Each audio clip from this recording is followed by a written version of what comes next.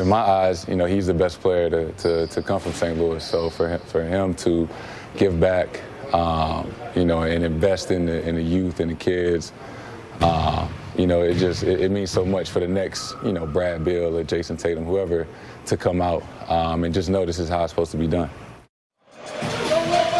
And obviously the natural follow-up when Jason Tatum is talking about Bradley Beal is to welcome Bradley Beal to our booth. When you hear a guy like Jason Tatum, who's in the MVP conversation, say that about you, how does that make you feel? It's always surreal, like I told you in our interview a few weeks ago. Like it really mind boggles me sometimes to hear that from guys I coach, and then to hear from Jason. He's an MVP of this league. Like, he's in the class of his own. Then to hear I'm Brad's my favorite player. He's the best player to come out of St. Louis and things like that. Like, that continues to push me and motivate me to continue to give back to kids and the youth, and continue to push that message that, they can make it. No matter where we're from, what odds are up against us, we're able to make it the best out of our situations and be the best we can be. Pleased to have you up here. By the way, I do want to say something. Daniel Gafford just hit what I just said he should be doing in the offseason, Drew. You saw that, right? Well, yeah, he has to, because Cody Zeller, that's disrespectful, guarding a man 15 feet away from him at the basket. That's what he does best as a landlord. Yeah. Rocks the rim. That's what you get when you're 6 inches away from the basket. Daniel Gafford throwing it down. Gafford's 4 for 4. He's got 9 points as the Wizards are trailing by 1 with 5.5 to go in the first quarter. Drew Goodwin, Chris Miller, pleased to be joined by Bradley Beal. Brad, let's go back and look at this jumper by Daniel Gafford. Tell us what you see. DG's a hard worker, so one of the biggest things we do as an offense is we always initiate through our bigs, whether it's KP or whether it's Gaff, So Gaff, take up that space. He's guarding you at the dots, at the restricted area. He takes up the space. He's been working on that jumper. It's a beautiful touch shot for him, within 15 feet. But I like how he's taking his time. Usually guys are just saying, forget the offense, I'm going to shoot this jump shot and miss, and now you got your coach on your back. You know what I mean? You have to run the play. But I like that he's having that confidence, and he's showing now, which is a great time to kind of demonstrate these skills in real time right now while you guys are out. So I love what I'm seeing with Daniel Gafford in that development, but he has to get that 15 to 10-foot jumper down. Brad, this is the 9th straight game that you've missed. Just give fans an update on kind of how you're doing, how's the knee, and is there any are you worried about anything in the offseason that would preclude you from being ready for next season? No, that's the beauty about it. That's the uplift, and there's nothing structurally wrong with the knee. There's nothing that'll impact me moving forward from, being ready to go, moving into the offseason and, working out and being ready for next season. So I'm all good. I'm a lot better now. Body feels good. Mike Davis does an awesome job of keeping me on my regiments, and the staff and everybody. So it's definitely unfortunate that I'm not out here with the guys, but, definitely being smart about it and taking care of the body and making sure I'm ready to go come off season. 35 games we saw with you, Kuzma, and Porzingis. It was a sub-500 record. But did you see enough during that time that gives you confidence going into next season that the three of you can lead this team? Yeah, for sure. That's what you have to you have to lean on that. But it's definitely unfortunate that we were only able to be out there 30 some odd games. But to be able to see what we're able to do and to make do with what we had at times, that's definitely promising. We just still got to put it all together, and it's definitely up to us three to, one, stay healthy, but three, make sure that we're all locked in and on the same page, and understand that the train won't move unless we're guiding it and pushing it. So now me and you, we talk all the time as Max Strus pulls up for a three. We talk a lot, so forget our relationship. What have you seen, and who's impressed you now being on the sideline with this young group? Has it been Johnny Davis, what he's been doing as of late? Has it been Corey Kispert? I mean, who's definitely stuck out to you since you've been able to, in an observation role on the sideline? Honestly, it's not just one guy, and that's what's funny, is that we have so many guys stepping up into different roles, things that they're not used to, and we're kind of throwing them in the fire. Like, okay, let's see, like you just said with Gaff, kind of let's see what your development is. Let's see what's something that you can, we can see moving forward that you can implement in the offseason and, you know, help us, you know, moving forward in the next season. But for me, it's Johnny. I think Johnny's aggressiveness is the biggest adjustment that he's made since being down in the G. And a lot of people don't realize, like, being down in the G hungers you more. You know, being down there with Jay Good, Jordan Goodwin, and the Quinn Jackson, you know, of the world, and like those guys are hungry to be up here, to be able to get a taste of what this is like to be able to play in the game. So a move there by Anthony Gill, going behind his back, spinning and winning. So the Wizards are on a 10-1 run. Basically flying private, eating steak and lobsters after the game. You don't nobody want to leave that. We'll take a quick timeout here at Capital One Arena. Wizards leading 23-17, 3:10 to go here in the first quarter. More with Bradley Beal after the break. Summer camp as Bradley Beal joins us now here on the broadcast. I asked you this before. First thing you look at on the stat sheet in game is what? Turnovers and threes. Those are the first two things I look at. You know, just being able to see, are we taking care of the ball for one, and then two, are we able to generate shots? You know, we're not.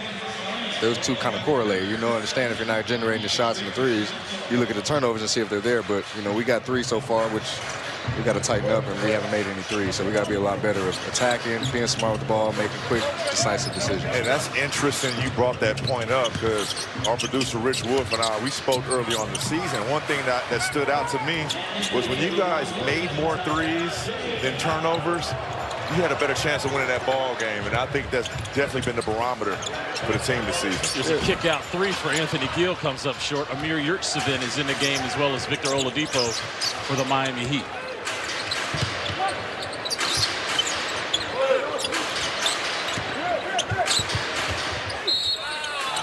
Foul there on Jay Huff as Victor Oladipo was going up. So, you know, it was funny.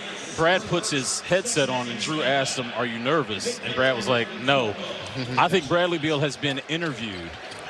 How old? When was your first interview? Do you remember? Honestly, I do. I was actually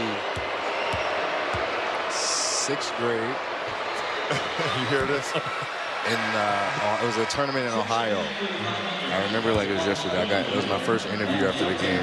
It was funny because our coach wouldn't allow us to be interviewed. Like, he didn't believe in like the rankings as a young kid. He didn't want us developing those egos as a youngster. So I definitely remember that though. I was 6th grade, young cat. How about your first autograph? It was my freshman year in high school.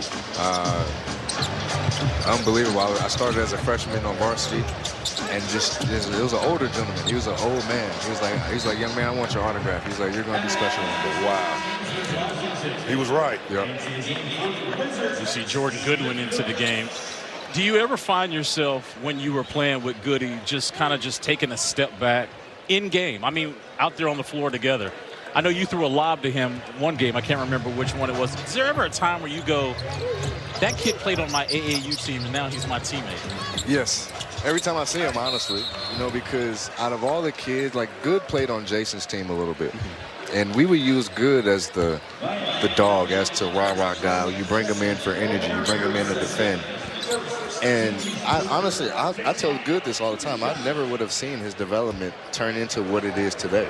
And to be able to see him take his athletic ability and be next to me now in the NBA, like, I never would have pictured that from Good. Like, Good's a football player.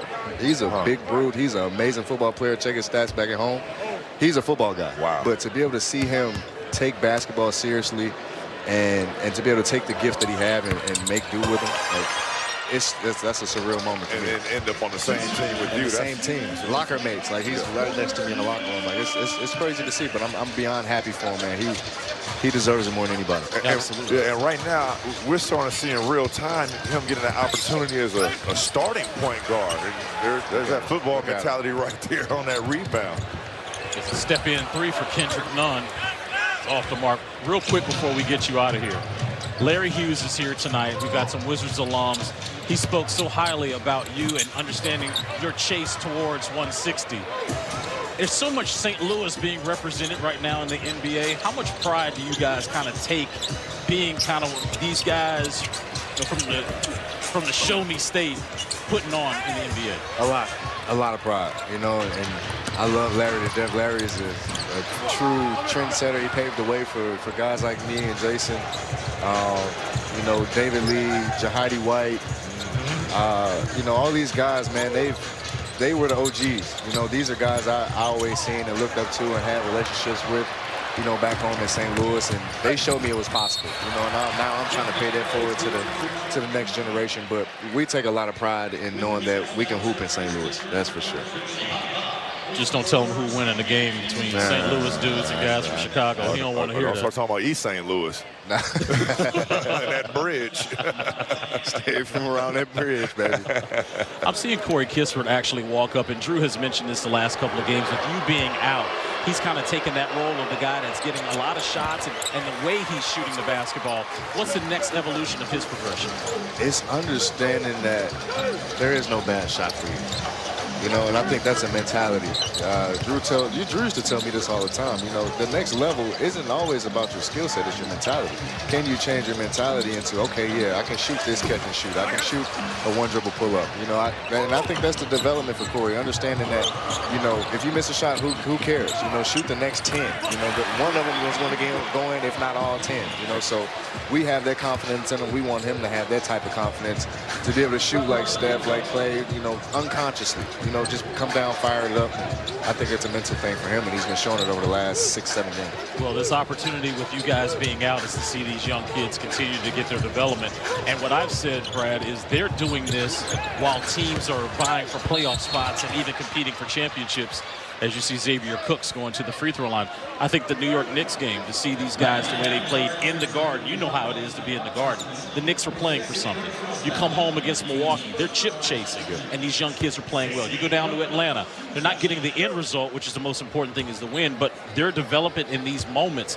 How important do you think that is going into the summer? It's huge, man. I think it's season opportunity. You know, it's understanding, you know, what's at stake, what's in front of us. Yeah, we've had a down year, so we're trying to develop, but we also have availability in front of us. There's spots open. You know, guys can come in and earn minutes. You know, so it's not a guarantee for guys coming into next year. We got to make sure that we're locked in, and guys like Good, like X, you know, like Corey, like, you know, Kendrick and all these other guys, like, they're able to show what they can do on a consistent basis over these last, you know, 10 games or whatever it was, and they've been doing an excellent job of doing so. You know, we just want to continue to encourage that and understand that, you know, whether it's us or somebody else, somebody's looking at you, you know, so go out there and make the best of the moments that you have. My brother, I appreciate your time as always. Thank you so much for joining us here in the first quarter.